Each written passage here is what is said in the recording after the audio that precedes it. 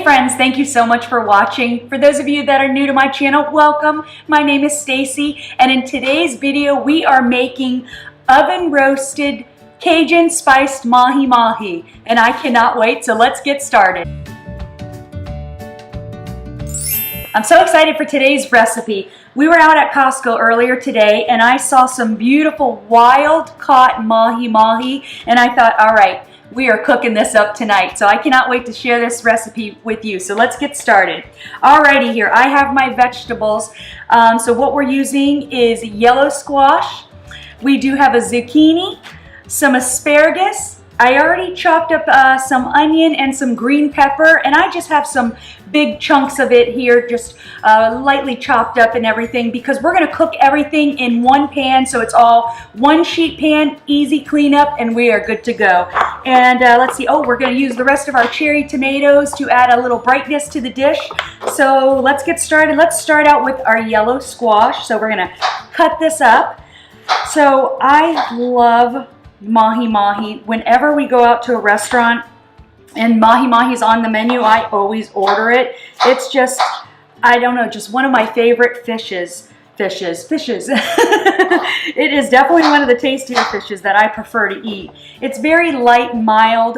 It is a lean fish, so with that being said, we are going to add butter and cook it with some avocado oil. Finish it at the end with some amazing olive oil that we just picked up today, so I'm excited for that. And then of course top it with some nice spice, some Cajun seasoning. But yeah, anytime we go out and I see Mahi Mahi on the menu, I'm usually always ordering it, and I always have it blackened. Oh, it's so good, so good. But today we were out at Costco. I saw the Mahi Mahi and I thought, oh my gosh, I've got to pick that up. But if you guys have not been to Costco lately, I highly recommend shopping there. My husband and I, we've been shopping there for years. Pretty much our whole family, you know, knows about us in Costco. I think we've got everybody on board, so they all have their own memberships and whatnot. But it's funny, a long time ago, one of our nephews was over, and he had come up to me and he's like, Aunt Stacy, what's Kirkland? And I'm like, Kirkland? I had to think for a moment, and I'm like, oh my gosh, he's referring to the signature brand, which is one of Costco's brands.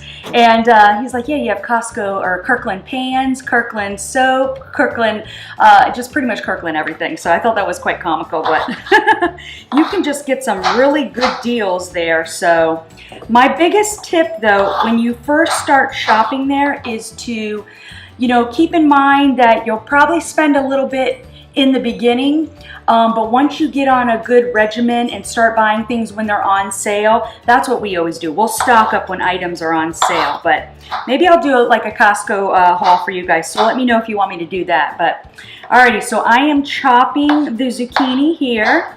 Let me finish getting this all chopped up for you. And like I said, I'm just doing like big chunks, right? Just like this. You can do much smaller pieces if you prefer, but you know what? I'm cooking everything together in the pan, and I just kind of like having these big chunks of vegetable goodness. So before we move on further, we're going to preheat our oven for to 450. So let me get that on. 450. All right, because we're going to cook this. This is going to be a, you know, we're oven roasting it. So we want a nice browning on top of our fish, on top of our vegetables. All righty, so now let's get started on these little cherry tomatoes. Grab our serrated knife here, so it just makes it a lot easier. And I'm pretty much just going to cut long ways, cut one in half right there, and start chopping away.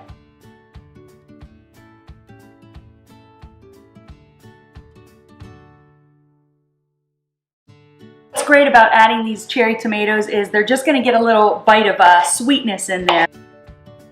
All right, now we're going to add our asparagus. So what we want to do is we want to cut the stalk off, because this is the tough end right here. So usually what I do is I'll break it right where it starts to break at its breaking point. Right there. And then I'll take the rest of my asparagus and kind of, let's bring it all together here. Grab all this good asparagus flavor and just kind of bring everything together So that way I'll line up my asparagus where I already broke the stalk off, And then it just makes it easier to line it up with the tips of the other tips and just kind of give it one big chop there. So instead of going through and just kind of individually breaking each one of these stalks, you kind of just, yeah, saved yourself a step there. So I hope you guys find that tip helpful. Alrighty, let's finish. Now, I don't want to break too much of the asparagus tips or anything like that, so I'm not going to mix it in with our other vegetables once I add the seasonings. I'm going to keep this on its own and then just pretty much place it on the side of our sheet pan. So let's add these guys right back over here. I'm going to clean up a little bit here. All right, bring our bowls right there. Okay, so we have our zucchini, we have our squash, we have our tomato, and then we're going to add in our white onion and green pepper.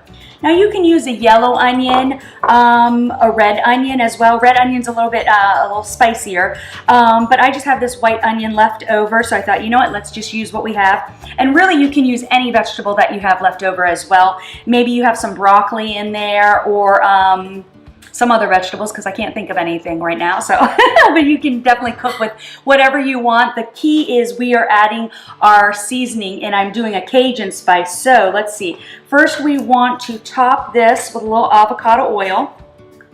And I'm using avocado oil because it does have a high flash point, or it can cook in high temperatures. This one will cook, let's see, it has 460 for the flash point. Now, I know we're not frying it or anything like that, but we are oven roasting it. We preheated our oven to 450, so I don't want anything to burn, and sometimes olive oil can burn and get like a bitter flavor. All right, get our hands mixed in there. Perfect. A little wipe. Okay, we are going to add a little bit of salt. Yeah, look at that right here. And I'm just using sea salt by Kirkland right over there. Now we're gonna add in some fresh ground pepper. Don't you guys find it, do you ever go to a restaurant and, you know, maybe like an Italian restaurant, and you order your Caesar salad and they'll come around, would you like some fresh ground pepper? And then you're just sitting there, and then you're like, am I supposed to tell them to stop? I don't know. You know, I don't want that much. I used to have to do that job years ago. I mean, back in the day, that's going back 20 years ago, and it'd be like, all right, how much pepper do you need, ladies? So, okay. Now, for this dish, I am making it Cajun spiced. So I made my own Cajun seasoning. And if you guys want me to share this recipe with you, leave a comment below, let me know. But basically, it's just a traditional Cajun seasoning spice mix with some smoked paprika is pretty much how I changed it up a little bit there. So let's give that a good little sprinkle. All right, get our hands in there, kind of get a good mix around. Actually, let's use both hands. All right. Oh, I can smell all that spice. But be careful, you don't want to be sniffing too much. The other day I was like sniffing it like crazy, and then I started sneezing. It was ridiculous, complete ridiculousness. So, all right, a little rinse. Woo, that avocado oil, my hands are slippery. And what else are we going to do? All right, let's put this aside. Let's grab our sheet pan. But you know what, let's move this cutting board to get a little quick cleanup over here. And because we are going to keep, I'm gonna put our fish on the center of the baking sheet. So let's grab our sheet pan. And I don't need to oil it or grease it or anything like that, because again, we're already going to have all that avocado oil on top of our fish. So let's open this here. Yeah, the fish was, what did we pay? $9.99 a pound. Not bad. So I got like 3 fillets here, a little bit over a pound, about 1.38 pounds of the wild caught Mahi Mahi. So, all right. Ooh, yeah, that smells good. Yeah, nice and fresh. Smells very good. So, whenever I buy fresh fish, I definitely want to start cooking it right away. Not let it sit in the fridge for too long, because then next thing you know, you just wasted money, end up having to throw it away. So, usually the day I buy it is the day I cook it. So, all righty. Now, we do want to add a little salt on the top of each fillet. I just washed my hands, so I'm just going to use these knives to, oh, I forgot to add the pepper. Let's add the pepper. Add a little bit of pepper there. Let's add our Cajun seasoning. All right, a little sprinkle on top. And you know, you can add as much as you want or as little as you want, just to maybe add a little, just a little spice seasoning in there, or whatever seasoning you prefer to use. So, but like I said, whenever we go out to dinner, I usually will order if they have Mahi Mahi on the menu, I'll order the blackened Mahi Mahi. Nice little sprinkle. So we want some nice, Cajun spice goodness. Alrighty, add a little salt and pepper on the side of the other side of the filet. Alright. These guys are slippery. I got so much oil on my hands. Push that over like that. Now what we're going to do is drizzle with our avocado oil. So give our fish a nice little good drizzle. And like I said, this is it's a lean fish, so adding that oil is that fat that it needs, and it's just gonna be a great hearty dish and low carb. So there are now if you wanted to add some carbs, you could definitely add some potatoes to this and oven roast the potatoes. But right now we're watching our carb intake, so we're not gonna do that. The other option is if you wanna make this and again add some carbs, is to serve this over rice. That would be delicious too. So because you're gonna have all the juices from this fish and these vegetables cooked together, so that would be kind of like a nice little drizzle for your white rice. So alrighty, let's go. Let's get these vegetables all in here. Actually, you know what? Let's just mix them all in there together. So get that vegetable goodness there. All right, now be prepared to have some oily hands. But oh my gosh, guys, I cannot wait to taste this with you. This is gonna be amazing. So I try not to buy too much food, when I go shopping, because if there are too many leftovers, then it's me. And so many times I'm eating all the leftovers, and then by the fourth day, I'm like, oh my gosh, how much do I have to eat this stuff, All right, give our hands a little rinse. This time I'm going to use a little bit of soap because they are very greasy. All right, now we're going to add in our asparagus. So let's make a little space over here in the corner. I feel like our oven's all preheated and good to go. But let's add our asparagus. Add a little bit of salt to the asparagus, so just a little touch there, and just, why not a little more salt, a little more pepper to give it a little more flavor. All right.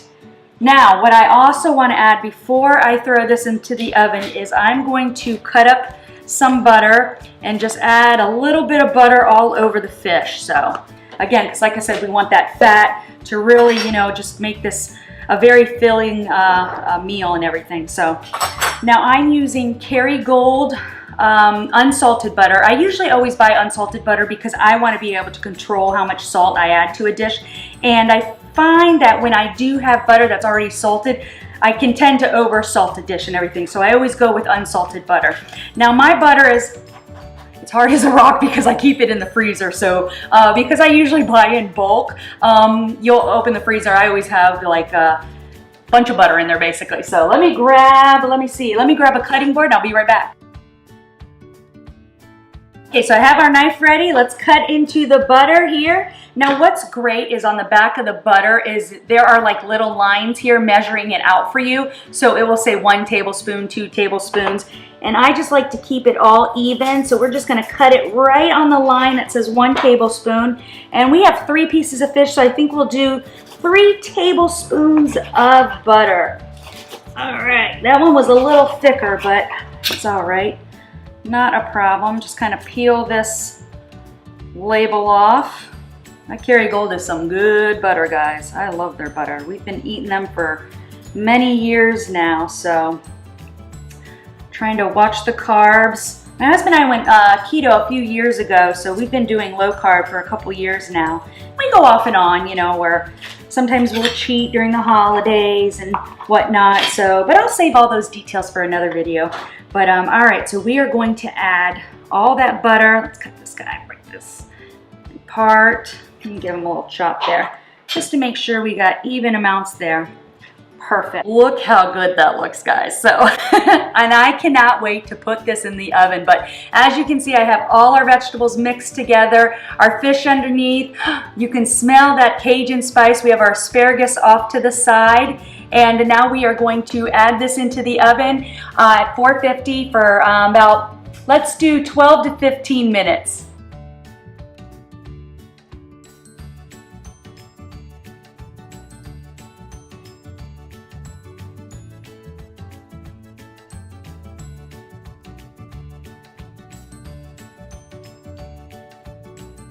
Hi friends, check this out. We are about ready to dig in. Like I said, I had it in the oven at 450 for about 15 minutes and it is looking golden brown and delicious. So, but oh my goodness, all the juices and the flavors married together. This is going to be tasty. So let's grab ourselves a little piece of fish here. Now this definitely looks, oh yeah, this looks cooked beautifully. Oops, I dropped my little thing in there, my spoon. Ah, it's gonna get all hot. So let me grab that out, make sure it doesn't get too hot. Alrighty, so we're gonna grab a little piece of fish here, right there. Now we wanna get some vegetables, that zucchini, the squash, the tomatoes. I got some green pepper, some onion. All right, well, let's actually, you know what? Let's make a bigger piece of fish on this plate. Oh, and it's so beautiful with all these colors. It just looks so good. All righty, yeah, there you go. That looks amazing. All right, now I'm gonna move this pan back over there before I burn my hand. You know what's great about this dish? Everything was cooked right in one pan, so easy cleanup. I mean, we did not make too much of a mess at all. So now this is a very rich dish with all that avocado oil and butter. So we're gonna brighten it up a little bit with some fresh lemon. And I always like to, you know, roll it on my cutting board just to kind of loosen up those juices.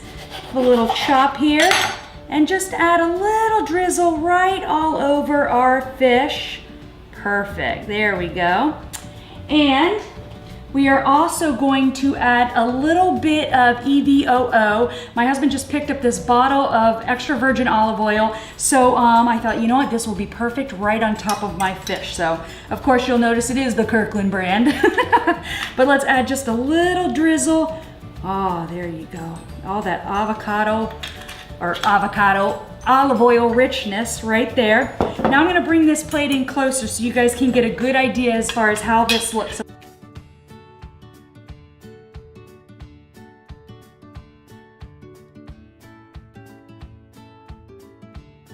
Let's dig in and see how this tastes. I got a little bit of fish here. Now what's great about this fish is it is very light and flaky. And ooh, this dish is hot. So let's let it cool for just a moment because I don't need to be burning my tongue, so.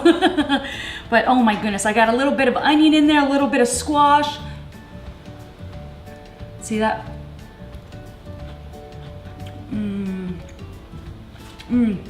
Oh, this is good. Oh, it's got that nice Cajun spice. This is delicious, guys. Oh my goodness.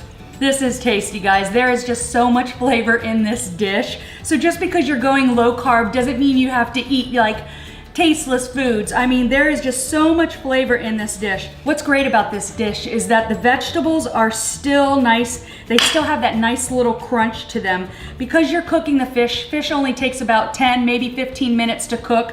You don't want to overcook the fish because then it becomes too dry. But the vegetables still have that lovely little crunch as opposed to just overcooking the vegetables and they're too mushy. But I'm telling you guys, this dish just has so much flavor. So, well, I hope you guys enjoyed this video. If you did, give me a thumbs up. Thank you so much for watching, and I'll see you next time. Bye.